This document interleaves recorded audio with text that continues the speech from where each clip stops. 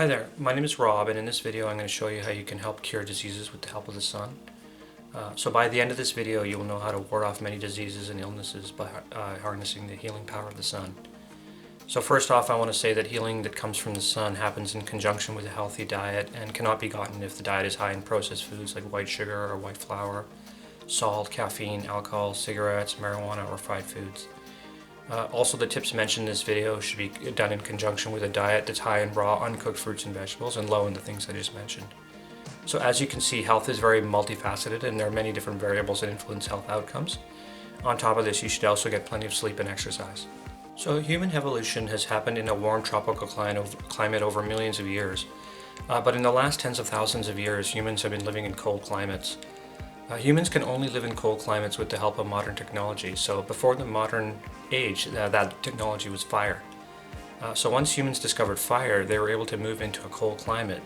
Prior to the discovery of fire, this wasn't possible. So today we have heated homes, heated cars, and nice clothing to keep us warm. We actually trick our bodies into feeling warm, like we're in a warm tropical climate all year round. So no matter how cold it is outside, we perpetually feel warm. So our bodies feel like we're in a warm tropical climate, but we really aren't. So we can be on a ski hill skiing or snowboarding and our bodies feel like we're in Cancun due to the heavy layers of clothing that we're wearing.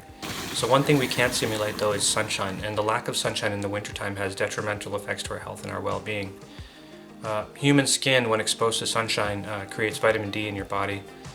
So vitamin D is really a hormone that the body really cannot function properly without. So we need vitamin D every day to have a healthy body, and the lack of vitamin D creates all kinds of health problems. So the vitamin D in food is actually insufficient, so we need adequate sunlight exposure to get all our vitamin D needs. So first I'm going to explain some of the health benefits of sunshine, and then I'm going to explain some of the history behind how scientists figured out that sunshine was essential to human health, to good health.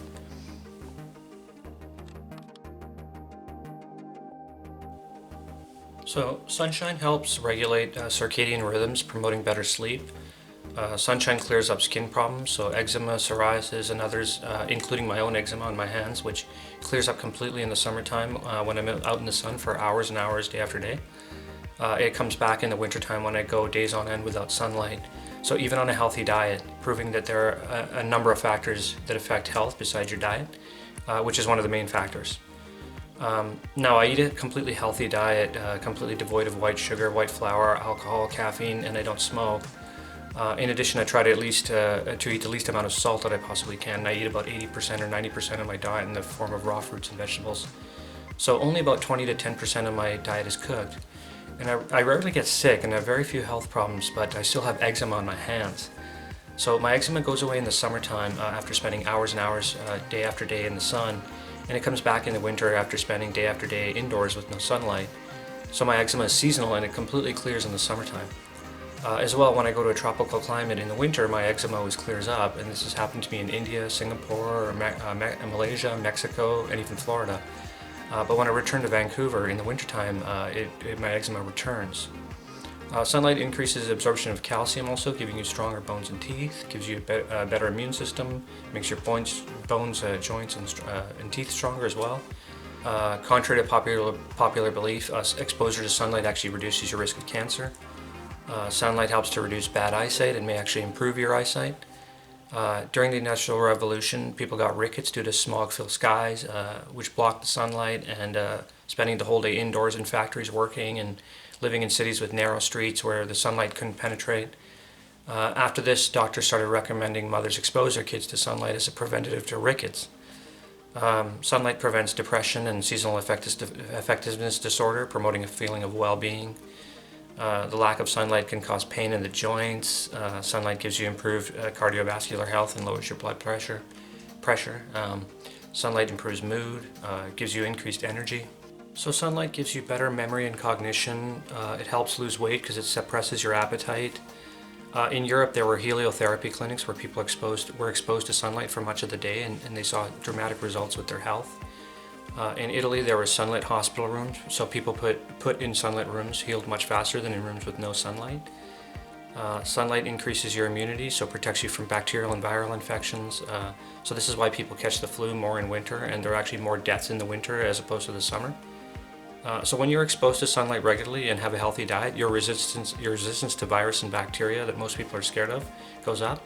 And so you can be exposed to these germs, and if your immune system is healthy and functioning properly, you may not get sick, or if you do, it will be very mild.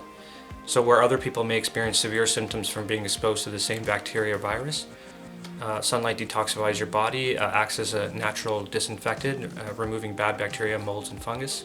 So sunlight is a powerful detoxifier. Sunlight penetrates deep into the skin, it reaches the blood in the arteries and helps to circulate the blood. So blood that was previously clogged up and hard starts to move, so toxin and impurities are circulated and then excreted through your sweat or your urine. So after exposure to the sun for a long time, you may notice that your pee is usually yellow, very dark yellow. That's because sunlight releases more toxins from the body and excretes them. Sunlight is also essential for human health, so skin health, sorry. So sunlight helps to open your pores in your skin, and the waste accumulated in your pores exits through your skin. So this is good for most people, as excreting waste is good, but people who drink and smoke a lot, then lay in the sun for a long time, get that leathery look from the toxins, which then get excreted and then lie on their skin for hours cooking in the sun.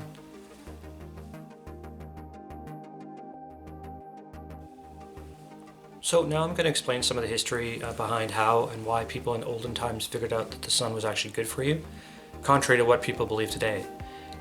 Hippocrates, the father of modern medicine, prescribed heliotherapy, which is a therapy where you expose yourself to sunlight for both medical and psychological purposes. Philostratus claimed that all Olympian athletes took sunbaths to strengthen their bones and their muscles.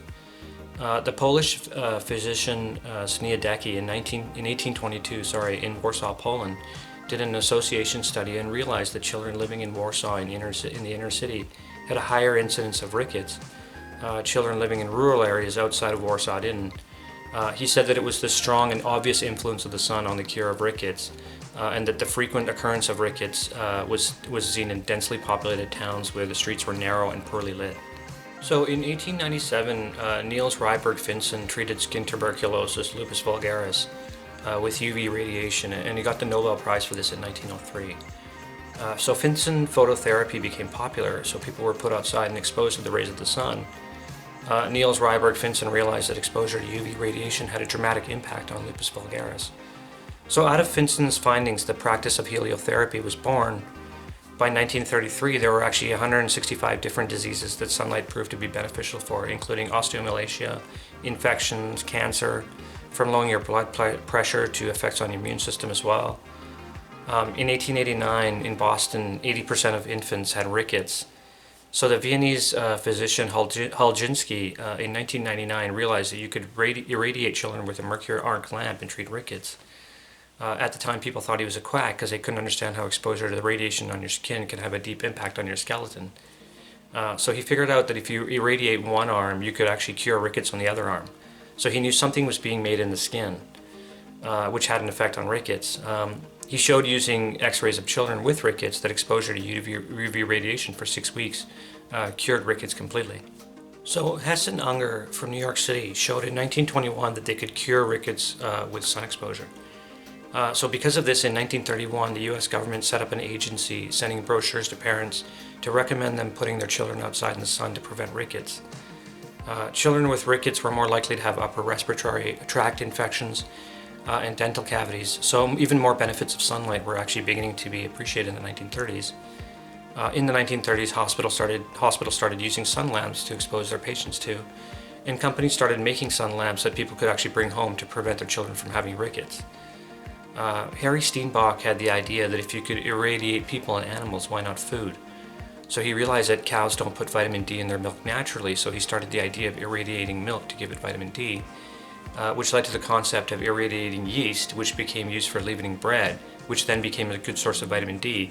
So then everyone started to appreciate the health benefits of vitamin D. So the fortification of milk with vitamin D is actually what eradicated rickets. So because of this, people didn't think of the health benefits of vitamin D as coming from the sun. So from 1900 to 1940, phototherapy flourished, but after that was swallowed up by pharmacology due to the introduction of penicillin, which caused people to focus more on swallowing pills, as everyone now thought to take a pill for every sickness.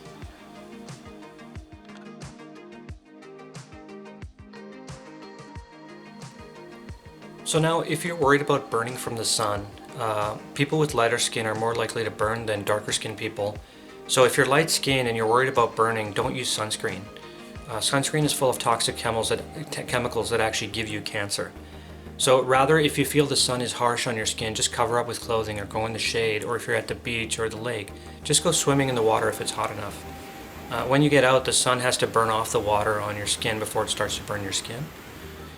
If you're light skinned, it means you don't have the pigment in your skin which protects you from the harsh rays of the sun. So once you've been in the sun and your skin starts to go pink, you should cover up. Usually when your skin starts to go pink, it means you've made enough vitamin D in your skin for that day. If you're darker skinned, you need to actually stay in the sun longer in order to make enough vitamin D for your daily requirement. Also, so you should slowly acclimatize yourself to the rays of the sun over the spring so that when the summer comes, you don't burn when you go to the beach and sit in the sun for a long time.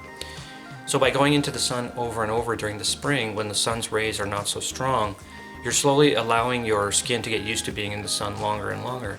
And this way, when summer comes and all of a sudden you're on the beach in the sun for a long time, you don't burn, but instead you tan. So if you're dark skinned, you should do the same, but if you're living in a cold climate and you're a dark skinned person, you can actually stay long hours in the sun without burning. If you're in a cold climate and the winter has been going on for a long time and all of a sudden you go to a warm tropical climate and sit on the beach in the sun for a long time, your risk of burning actually goes up. So if you go in February, March, or April, you're more likely to burn, but if you go right after fall has ended, like in November or December, your body is still used to the sun, so you have less of a risk of burning, provided you got lots of sun exposure during the summer and fall. However, later in the winter is actually when you're more vitamin D deprived, so actually a vacation to a warm climate is actually more needed in February and March. So the sun is absolutely essential to all life on Earth. Without the sun, no life on Earth would exist, and we wouldn't either. All creatures, plants, and bacteria on Earth need the sun to survive, and this is also true for humans. So sunlight is absolutely essential to human life and well-being, and it's an essential component to good health. You need to get sunlight on your skin regularly to make sure you're healthy. Unfortunately, in North America, most people are vitamin D deficient, as most of North America is not tropical. So anyone who lives above Los Angeles in the west or Atlanta, Georgia in the east will have a hard time making sunlight in their skin during the winter months, due not only to the lack of sunlight, but to the angle of the sun, which makes it difficult to create vitamin D in their skin during the winter months. As you get into spring, your skin now starts to create vitamin D when exposed to sunlight. So this also wanes in the fall when it gets closer to winter time. So does this mean that you shouldn't bother going out in the sun in the winter? The answer is no. So you should still try to get sunshine in the winter, as sunlight has other beneficial health effects that are not necessarily related to vitamin D. So sunlight also helps create nitric oxide in your blood, which has beneficial health effects of its own, and also helps to regulate circadian rhythms, which help you to sleep properly. Insomnia during the winter is also caused by a lack of sunlight, so getting sun in the winter can help you to sleep better also. Ideally, if you can, try to vacation somewhere warm in the winter if possible. So if you have money and vacation time available from work, try going somewhere warm like Mexico, Cuba, or South America so you can get sunshine during the winter as long as possible. Humans are evolved to live in a warm tropical climate year-round, and this is why we have vitamin D receptors in every organ in our bodies. Because our bodies are used to being exposed to sunlight all year round on a virtual daily basis, and this is essential for good health. So going to a warm climate in the winter is a great idea for optimal health. So in conclusion, I just want to say that the sun is not to be feared as most people think. You don't need to lather your whole body in sunscreen as most people are accustomed to believing.